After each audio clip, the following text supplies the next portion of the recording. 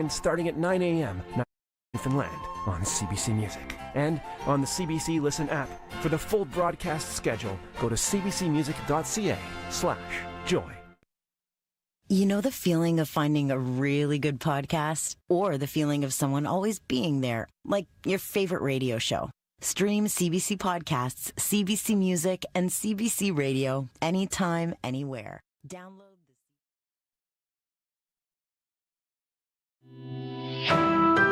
This is CBC News. Good afternoon, I'm Josh Crabb in Winnipeg. At noon, it's -9 with blowing snow downtown, -2 in McCreary, and -22 in Churchill. We're learning more about the deaths of 2 people in a home in Portage-la Prairie. RCMP now say the deaths of a 42-year-old man and a 37-year-old woman in a house on Oak Bay are double homicide. Police discovered the bodies on Sunday. RCMP say the 2 were in a relationship, but they believe the 2 were targeted and there is no risk to the public. Portage-la Prairie RCMP, the Major Crimes Unit, and Forensic Identification Units are investigating. Anyone with information is asked to contact RCMP or Crime Stoppers. Winnipeg Police and Manitoba RCMP are hitting streets and highways across the province to catch impaired drivers. The festive Check Stop program kicks off today. In the city, Winnipeg Police will be on hand at various locations, pulling drivers over and testing people to see if they have consumed alcohol, cannabis, or cocaine. RCMP Sergeant Mark Hume says there will be smaller check stops on rural roads. It's a lot of times, just a few officers for an hour or 2, but we'll be doing those across the province throughout the whole holiday season. Our goal is to obviously try to reduce fatalities in our roadways. We've had 70 people killed this year to date in Manitoba in the RCMP jurisdiction, and we'd like to keep it that way. Hume says across the country, between 400 to 450 people die every year because of impaired drivers. Driving impaired is a criminal offense. The city of Winnipeg caught an unexpected break as it prepares to release next year's budget. As CBC's Cameron McLean reports, the savings come from the police service. In its last financial update, the city said it was facing a $23 million deficit. The forecast said the city may have to carry $9 million of that shortfall over into 2025, as it has no money in its reserve fund. Part of that was due to the police service's inability to fully meet its financial savings target, leaving it more than $2 million short. But last week, Acting Chief Art Stannard told the Finance Committee they had reached their goal. A new quarterly financial report shows the police service saved $500,000 on rent due to a delay moving into the new North District station. They also earned higher than expected revenue on things like criminal record checks and special duty policing. The city is expected to release the budget next Wednesday. Cameron McLean, CBC News, Winnipeg. Prime Minister Justin Trudeau is holding a special briefing with opposition leaders this hour to discuss Canada-U.S. relations. Border security is expected to be high on the agenda. Last week, Donald Trump threatened to impose tariffs unless Canada cleans up its borders and reduces migrant crossings. Quebec's Minister of Public Security, François Bonnardel, had recently met with American border officials. It's quite under control for now from the migrants that maybe the migrant that will go from the U.S. to Canada. So the situation, like for now, is quite normal. The situation is a little bit more complicated from Canada to the U.S. side. Bonnardel says 25,000 people crossed the border into the U.S. from Canada this year, most of them near Sherbrooke, Quebec. Israel says it is prepared to resume and even expand its military operations in Lebanon if a ceasefire deal with Hezbollah falls apart. The two sides have been trading accusations and trading fire over the past day, putting a deal reached just last week on shaky ground. Tom Perry reports. Israeli Prime Minister Benjamin Netanyahu convening a special meeting of his cabinet in northern Israel, an area that came under heavy fire from Hezbollah prior to last week's ceasefire. Netanyahu's message that this truce does not mean the war is over. We are committed to a ceasefire but will not tolerate violations, he says. Israel has launched airstrikes against Hezbollah despite the deal, accusing the group of violating its terms. Hezbollah has accused Israel of breaching the agreement and fired mortars at an Israeli military position in retaliation. The deal so far holding, but under strain. Tom Perry, CBC News, Jerusalem. The NATO foreign ministers have opened 2 days of talks in Brussels, and Canada's Melanie Joly insists when it comes to the future of the alliance and its support of Ukraine, they are ready to meet the challenge of the incoming Trump administration. I think he's arriving for his second mandate at a time where NATO has fundamentally changed and has been reinforced. And countries are investing way more in defense than under his first mandate.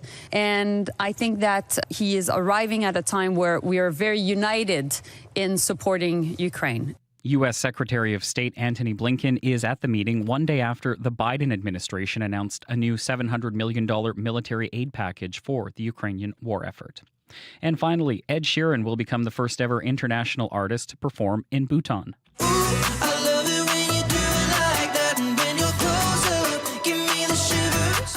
The British singer-songwriter will perform in January in the capital of the Himalayan kingdom, Thimphu. Tickets are on sale for as low as $10. However, if you plan to visit, you will have to pay Bhutan's sustainable development fee of $100 a day.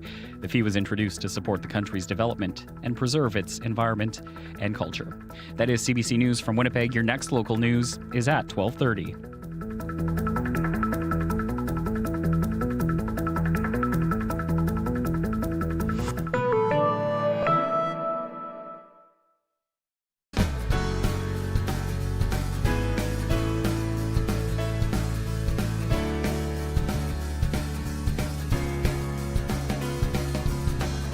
Good afternoon, Manitoba. You're listening to Radio Noon on CBC Radio 1, 89.3 FM in Winnipeg, 97.9 FM in Brandon, 100.9 FM in Thompson. We're also broadcasting live on our CBC Manitoba YouTube channel. I'm Emily Brass, filling in today as your host. Here's what's coming up on the show. It's Giving Tuesday, and at the Daily Bread to Soup Kitchen in Selkirk, the group's reminding the community to help feed folks who need a warm meal. On our call-in conversation, who do you think should win the Northern Star Award for the top Canadian Athlete of the Year? We want to hear your picks for that. You can call or text us later. But coming up first, details of the Check Stop program being rolled out today across the province.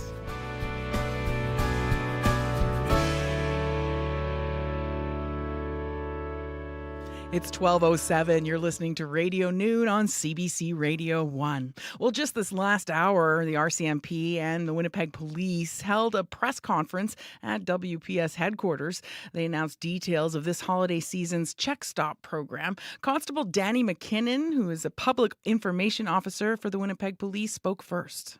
Check Stop targets impaired drivers, and it promotes safety for all. During this busy holiday season, we want to remind everybody, if you drink or use cannabis, please plan ahead for a ride home.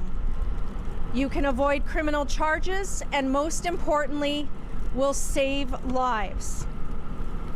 It is cold, so I'm going to quickly go through the program here. I'd first like to start by introducing RCMP Manitoba Traffic Services, Sergeant Hume, and he will discuss the Check Stops program from the RCMP. Sir. Thank you. So across the RCMP, obviously we cover a huge part of the province, so our focus is more on a significant number of smaller check stops, probably smaller than you see in the city here. It's a lot of times just a few officers for an hour or two, but we'll be doing those across the province throughout the whole holiday season. Our goal is to obviously try to reduce fatalities in our roadways. We've had 70 people killed this year to date in Manitoba in the RCMP jurisdiction, and we'd like to keep it that way. One of the numbers I've shared with a few driver's ed programs that I've been teaching lately is in Canada we lose about 400 to 450 people a year to impaired driving. And if you look at 13 years that our forces were in Afghanistan, we lost 158 people in combat. You know, and you consider that we're losing double to triple that in a single year from a preventative thing such as impaired driving. So that's our goal, is to try to reduce that this year. Thank you. Thank you, Sergeant Hume. We'll now call up our Traffic Division Patrol Sergeant Stéphane Fontaine. He is our countermeasures coordinator, and you can discuss the Winnipeg perspective with this initiative, please. Good morning, everybody, and thank you for being out here. Well, here we go again. As the holiday season begins, so does our annual festive check stop program. As part of our ongoing efforts to keep the city streets safe, Winnipeg Police Service will be ramping up its efforts as it pertains to combating impaired driving within the city. Now, as part of these efforts, one can expect to see high visibility setups as well as focused enforcement throughout the city of Winnipeg. Our message is clear and simple. If you are under the influence of cannabis or alcohol, don't drive. Plan ahead for a safe ride home. Take advantage of all the different safe transportation options that are out there. Whether it's hopping on a bus, hailing a cab, Uber or Lyft, or maybe it's calling on Operation Red Nose, or simply relying on a designated driver. There's simply no excuse to driving under the influence. We want everyone to have a safe and happy holiday season. If you get pulled over, drivers can expect to produce their driver's license, vehicle registration and insurance, and to provide a sample of their breath. This year, each driver that gets pulled over through our check stop program is subject to a mandatory alcohol screening test. This test is simple to provide. It only takes a few seconds, and assuming you pass, you will be on your way. That was Stéphane Fontaine, the impaired driving countermeasures coordinator with the Winnipeg Police Service. Before that, we heard from RCMP Traffic Services Sergeant Hume. This winter, help us make the season kind by supporting Harvest Manitoba. I'm Vince Barletta, CEO of Harvest Manitoba. All it takes is one can of food, $1, or even 1 hour of your time. Join CBC as we donate a day of programming in support of Harvest Manitoba December 6th. Find ways to give to Harvest Manitoba at cbc.ca/kindmb.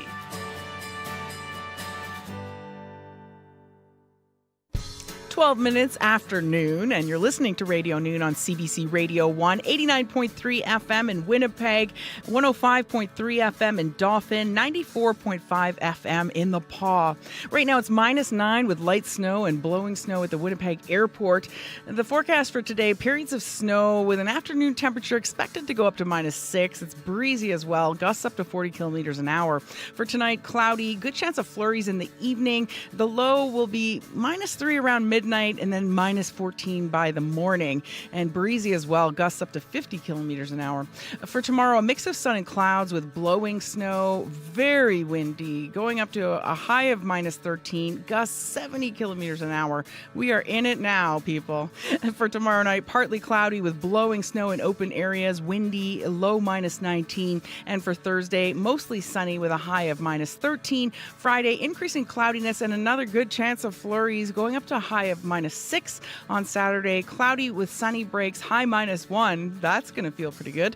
And on Sunday, mainly cloudy with a good chance of flurries late in the day, going up to a high of -2. And a quick look ahead to next week, mainly cloudy on Monday, periods of light snow, high -6. Tuesday, a mix of sun and clouds with a high of -9.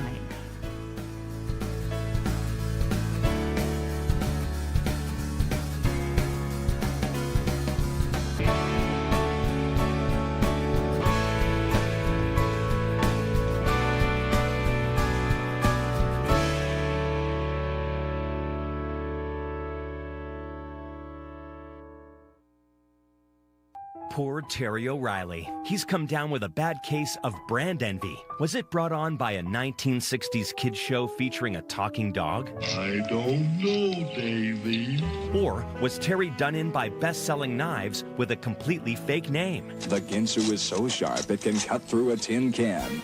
Brand Envy on Under the Influence with Terry O'Reilly. Thursday morning at 11:30, 3:30 p.m. in Newfoundland. And on the CBC Listen app. Coming up on 12:15, you're listening to Radio Noon on CBC Radio 1 from Winnipeg. Well, for many of us, the holiday season is a time of food, friends, and family. But for many Manitobans, finding a hot meal can be a challenge. That's why Selkirk's Daily Bread Soup Kitchen is launching Giving Tuesday today. And they're reminding folks to support the kitchen with funds or food. Barb Passar is the Board of Directors Treasurer with the Soup Kitchen. Hi, Barb. Hi there. Pardon me. No problem. So tell us about the Daily Bread Soup Kitchen. How does it work? Well, Monday to Friday, we provide a lunch for our clients.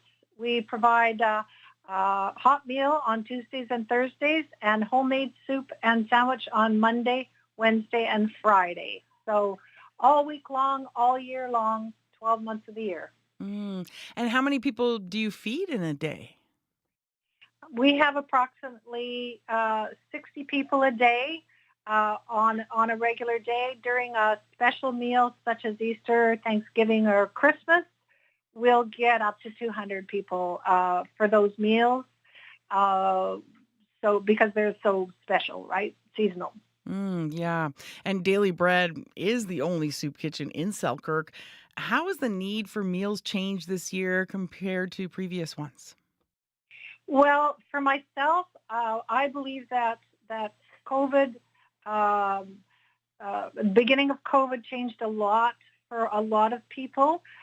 Certainly food prices has made it more difficult for people to fill their cupboards. And so by supplementing that with a meal a day and our grocery giveaway days, we provide just that little bit more for people, and we have noticed an increase in people who need to use our services. So with that higher demand, are you facing any challenges getting everyone the food they need? Well, of course, always there's challenges when it comes to running a program like this. We rely on very, very good suppliers of groceries, certain church, certainly local businesses.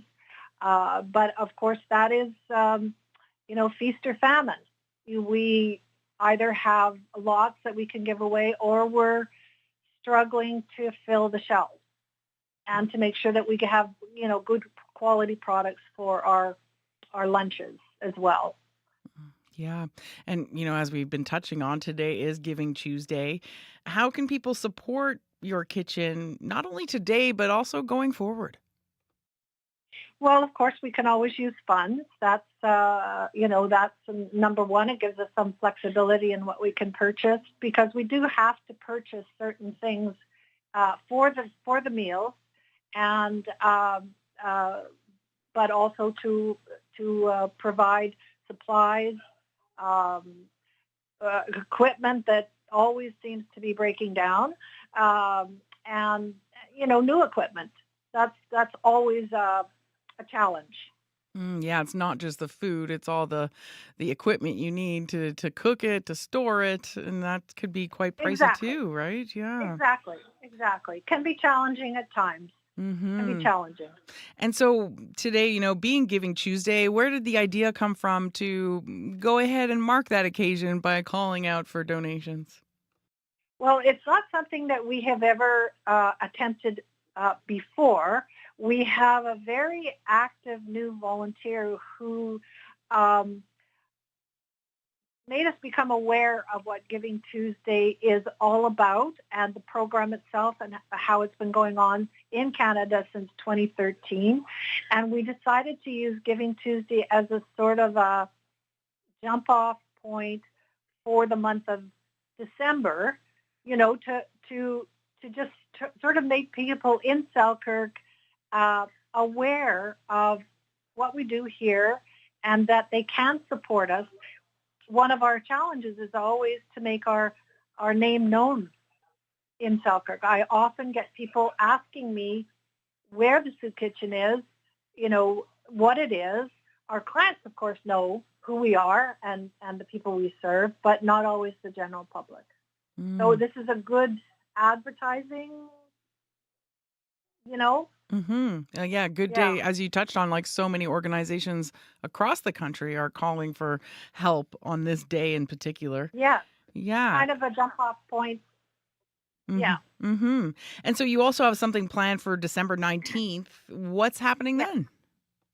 So I'm going to introduce you to Paul Human. He is a volunteer and a board member, and he's sort of our goodwill ambassador with the community, and he's going to explain to you what we do on December the 19th for our Christmas lunch.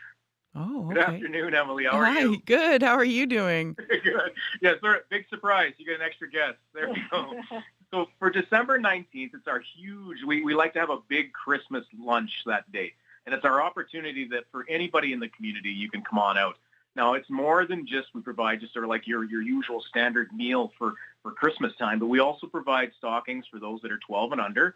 And we also provide gift cards for those that are 13 and over. And we really like to bring everybody in like a family. I know a lot of people talk about the soup kitchen like it's just for food or it's just for a meal.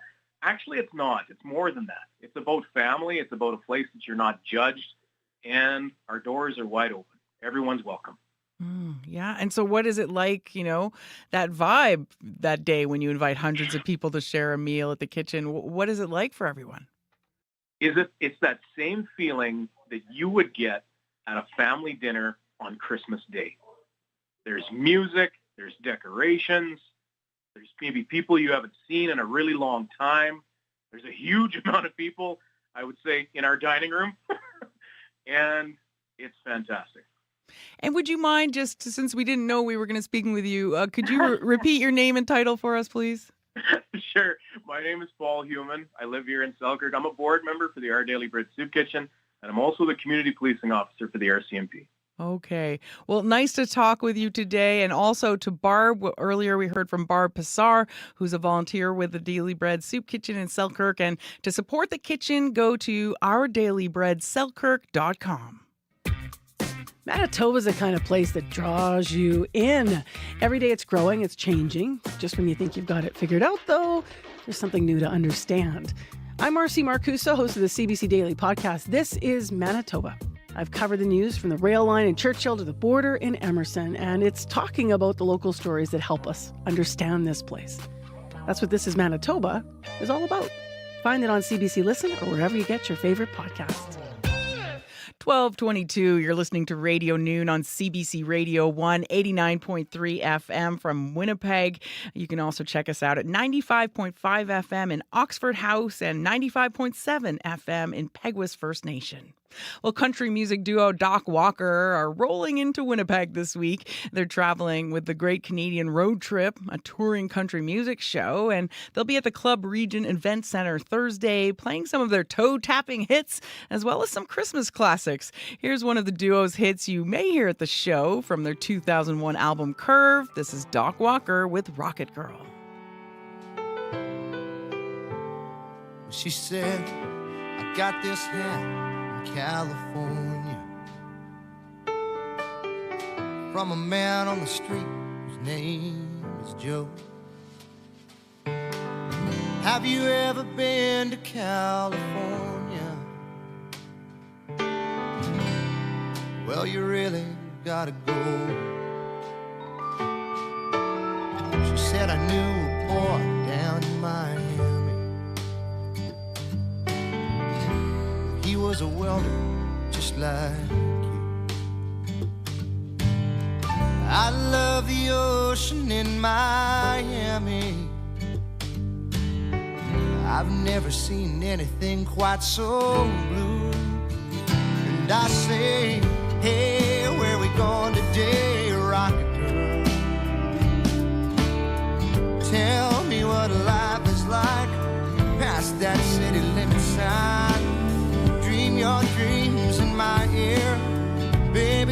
get me out of here. Fly me around this world. Rocket girl. She said, have you ever been to Albert? Wheat fields as far as you can see. Have you ever seen the prairies? Well, someday I'll take you there with me. And I say, hey, where we going today, rock girl? Tell me what life is like past that city limit sign. Dream your dreams in my ear. Baby, just get me out of here. Fly me around this world. Rocket girl.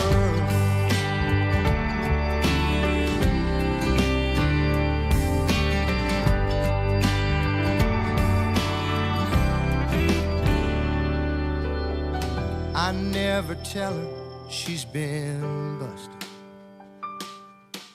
I know she's never been anywhere just like me.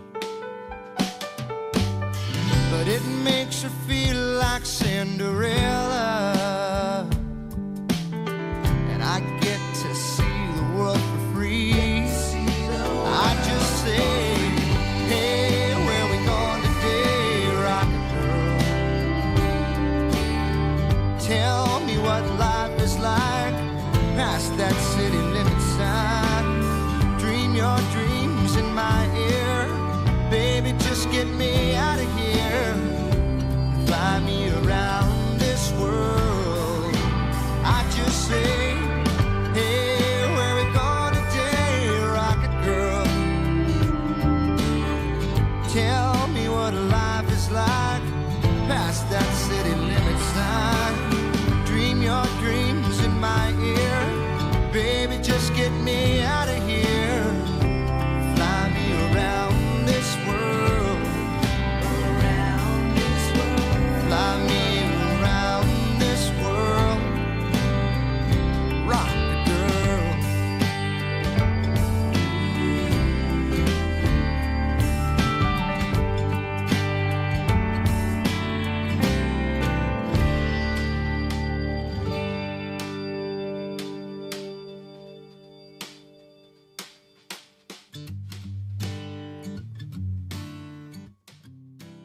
From Westbourne, Manitoba, that was Doc Walker with Rocket Girl, and you can see them perform as part of the Great Canadian Road Trips Christmas show happening this Thursday at the Club Region Event Centre in Winnipeg. Well, there's something that can feel a bit magical about the first snowfall of the season, or dreadful if you're not a fan of winter.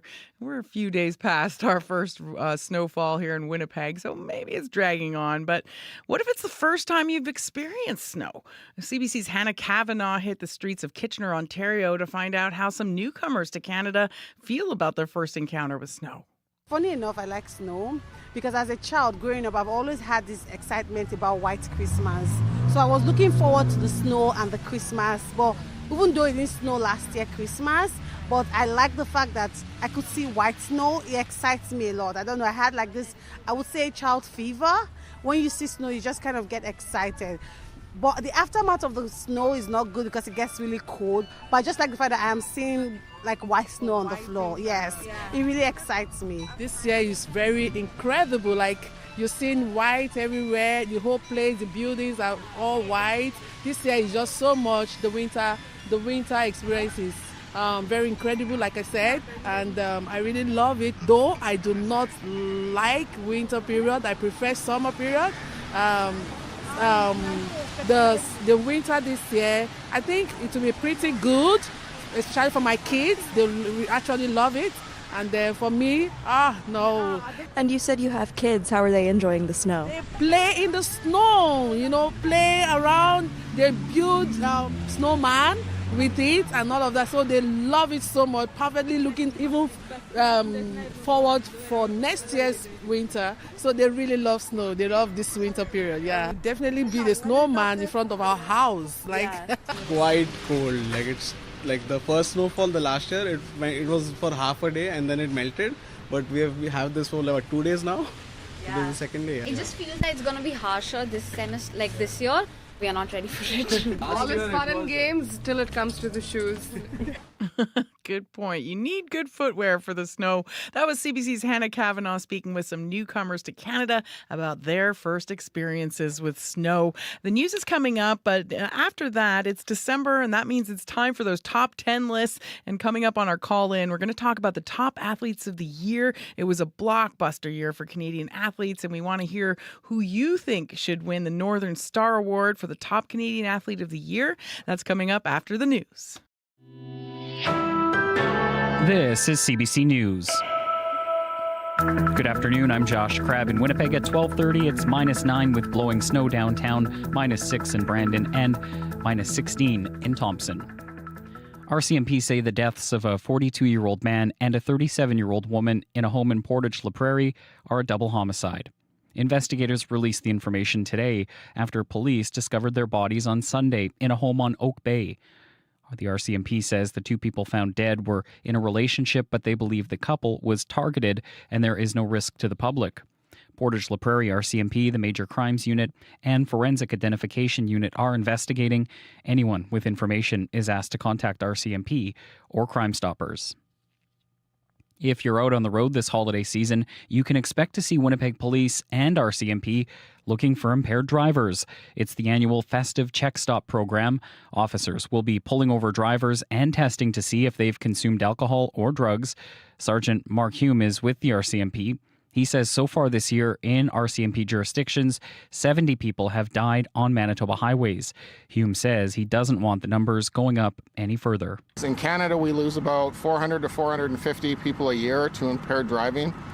And if you look at 13 years that our forces were in Afghanistan, we lost 158 people in combat. And you consider that we're losing double to triple that in a single year from a preventative thing such as impaired driving. Anyone caught driving while impaired will face criminal charges. Police say the message is, if you're under the influence of drugs or alcohol, don't drive. It's early morning in South Korea after a tumultuous night. South Korean President Yoon Suk-yeol declared martial law in a surprise late-night television address. Within hours, Yoon was met with defiance from opposition lawmakers and protesters. Richard Madden has the latest. Protesters and South Korean lawmakers clashed with its military, blocking the entrance of its National Assembly. Moments after the stunning declaration by the nation's president, who declared martial law in a surprising televised address. The nation's president accusing opposition parties of inciting a rebellion, sympathizing with North Korea, and stifling his domestic agenda, throwing the country into political chaos. It's a move that harkens back to its authoritarian history before the country was fully democratized in the late 1980s. 비상계엄 해제 요구 결의안은 가결되었음을 선포합니다. Within hours, lawmakers voted to block the martial law decree. Soon after, military and police were seen leaving the Parliament grounds, where it's unclear what happens next.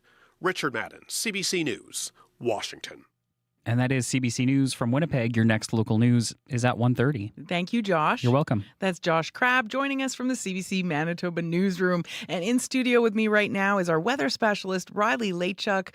A good day for inhaling a whole mouthful of blowing snow? Yeah, it's windy out there, Emily. And we are looking at winds continuing to stay strong today and even stronger as we get into the day tomorrow. So I'm going to start with the snowfall warning that we have in place for Grand Rapids. Has now been dropped for Flin Flon and the Paw, but now in place for Barons River, Poplar River down the east side of Lake Winnipeg. We're still expecting about 10 to 15 centimeters of snow. However, on that east side of Lake Winnipeg, lee of Lake Winnipeg, on the southeastern edge of that, we are looking at the potential, given the winds and some of the water, open water still on the lakes, the potential for some lake effect snow as we get some of the wind picking up into the next 24 hours here. So places like Victoria Beach, even Lac du Bonnet, Pinawa could pick up another 25 centimeters of snow.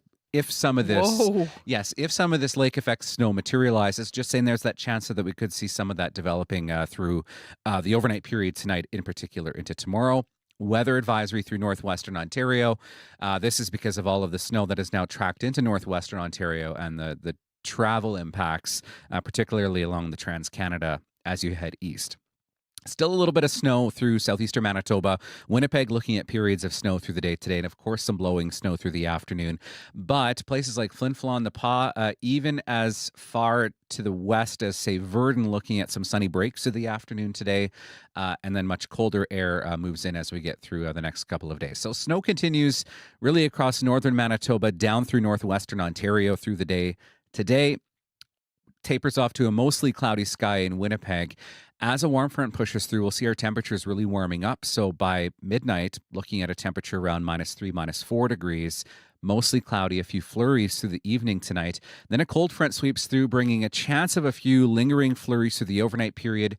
By 6 a.m., our temperature drops to -14 in Winnipeg. So we drop very, very sharply, drastically over the period of 12 hours, not even 12 hours, even 6 hours, looking at a very drastic drop in temperature overnight tonight into the morning tomorrow. Tomorrow, a sunnier day, a mix of sun and clouds is what I'm calling it. Not to say that we won't see some periods of cloud cover, but some sun mixed in with that through the afternoon hours. Mostly sunny again for Thursday and very cold conditions. In terms of snow to come, looking at another 5 to 10 centimeters yet through northwestern Ontario. Maybe another couple centimeters, if that, in Winnipeg. Most of this will be blowing around, though, as we get through the day today. The snow pretty much done through Flin Flon and the Pas, aside from some lingering snow at the moment. The winds, though, is the real story as we get into the next 24 hours. So winds pick up by midnight to northwest, 40 gusting 60 through the Red River Valley, some gusts up to 70 even along that Highway 6 corridor. So travel overnight tonight, especially if you're heading north of Winnipeg along Highway number 6, is going to be, I'm going to say, very bad tonight. Very windy, lots of blowing snow, especially with some of the fresh snow that we've seen today. Those winds pick up into the morning hours, 50 gusting 70. Could even see some gusts up to 80 through the Portage La Prairie, Morden, Winkler region through south central Manitoba through the morning hours tomorrow, and staying strong before dying off as we get into the day on Thursday. So temperature stays around -13 tomorrow in Winnipeg, warming up to, well, not really warming up, staying close to that -13 mark through Thursday, then warming up a little bit through Friday with a good chance of flurries -6, and then close to freezing with a good chance of flurries into the weekend again. Wow. Probably some whiteout conditions on Highway 6. Especially with some of this fresh snow that we've seen and the winds. We are looking at some fairly treacherous conditions as we get through the night, particularly north and east of Winnipeg, but certainly across southern Manitoba, that chance there with the winds. Play it safe. Yeah. Thank you so much, Riley. You're welcome. That's our CBC Manitoba weather specialist, Riley Lachuk. He'll be back on Up to Speed, our afternoon show, to update the forecast, and you can also check him out later on TV on the CBC Winnipeg News at 6. 12:37 now. You're listening to Radio Noon on CBC Radio 1, 89.3 FM in Winnipeg, 97.9 FM in Brandon, and 100.9 FM in Thompson. I'm Emily Brass, sitting in as your host today. Well, it's been a blockbuster year for Canadian athletes, from Summer McIntosh's Olympic medals sweep in Paris to Connor McDavid, who many call the best hockey player on the planet, or maybe it's the basketball superstar Shai Gilgeous-Alexander, or better known as SGA. Canada's top sports journalists will make their pick next week for the Northern Star Award, but we want to know who you think should win the award and why. Who is Canada's top athlete in your opinion? Give us a call at 204-780-0893. Again, that's 204-780-0893. You can also text us at 204-588-7355. And joining us is CBC sports reporter Jesse Campigato. Hi, Jesse. Hi there. Thanks for having me. Thanks for joining us. So you highlighted some of the candidates in the CBC Sports daily digital newsletter, The Buzzer. Let's start with Summer McIntosh. What's her year been like? Yeah, so for me, she's the clear choice for the Northern Star. It's an Olympic year. So in Olympic years, the award tends to go to Olympic athletes. And she just had probably the best Olympics ever by a Canadian. So In her 4 individual events, she won 3 gold medals. That's a Canadian record for single games. And she added a silver. And by the way, did that before her 18th birthday. So like I said, she's the clear pick for me. Yeah, that's a pretty good one. But then there's SGA. He won last year. What are his chances this year? Yeah, SGA did win last year, and you could argue he actually had an even better 2024 than 2023. So he moved up to second in NBA MVP voting. He guided his Oklahoma City Thunder team to the top seed in the Western Conference, and was just a better all-around NBA player than he was when he won the award. The only thing was when he did win the award, he also paired that NBA success with some great stuff for the Canadian national team. So in 2023, he led Canada to a bronze medal at the World Cup of Basketball, which Canada had never reached the podium at that event before. And he also got Canada into the Olympics for the first time in a generation. This year, of course, the Olympics did not go how we expected. I think a lot of us expected Canada to win a medal or at least seriously challenge for one. They went out in the quarterfinals. So he didn't quite have that same team success, though I will add, through no fault of his own, he had 27 points in the quarterfinal loss to France. It was more his teammates that kind of let him down. So I don't fault him there, but it does make it tougher to give him the award back to back. Especially, as you mentioned, in the Olympics year. Well, give us a call. Let us know what you think. Who are your picks for the top athletes in Canada right now as the journalists get ready to vote for the Northern Star Award? Give us a call. The number 204-780-0893. One more time, 204-780-0893. And our text line, maybe it's easier for you to text right now. You might be at work listening to this. That number is 204-588-7355. Again, 588-7355. So, Jesse, who does this award typically go to? Like you talked about Olympic years, it leans that way, but are there any sports that are often overrepresented? I'm not sure about overrepresented. It can, this is Canada, so we're always going to lean towards hockey players, but I've kind of found in recent years, as the country kind of gets better at a wider variety of sports, we have seen a lot of different winners. But yeah, I think for me, and I think for most Canadians, in an Olympic year, you really do have to go with an Olympic athlete unless there's a really, really compelling case for someone else. And, in the case of SGA, like we just went over, and McDavid, I just don't think that compelling case is there. Well, yeah. I mean, let's talk about Connor McDavid. What kind of year did he have? He had a great year.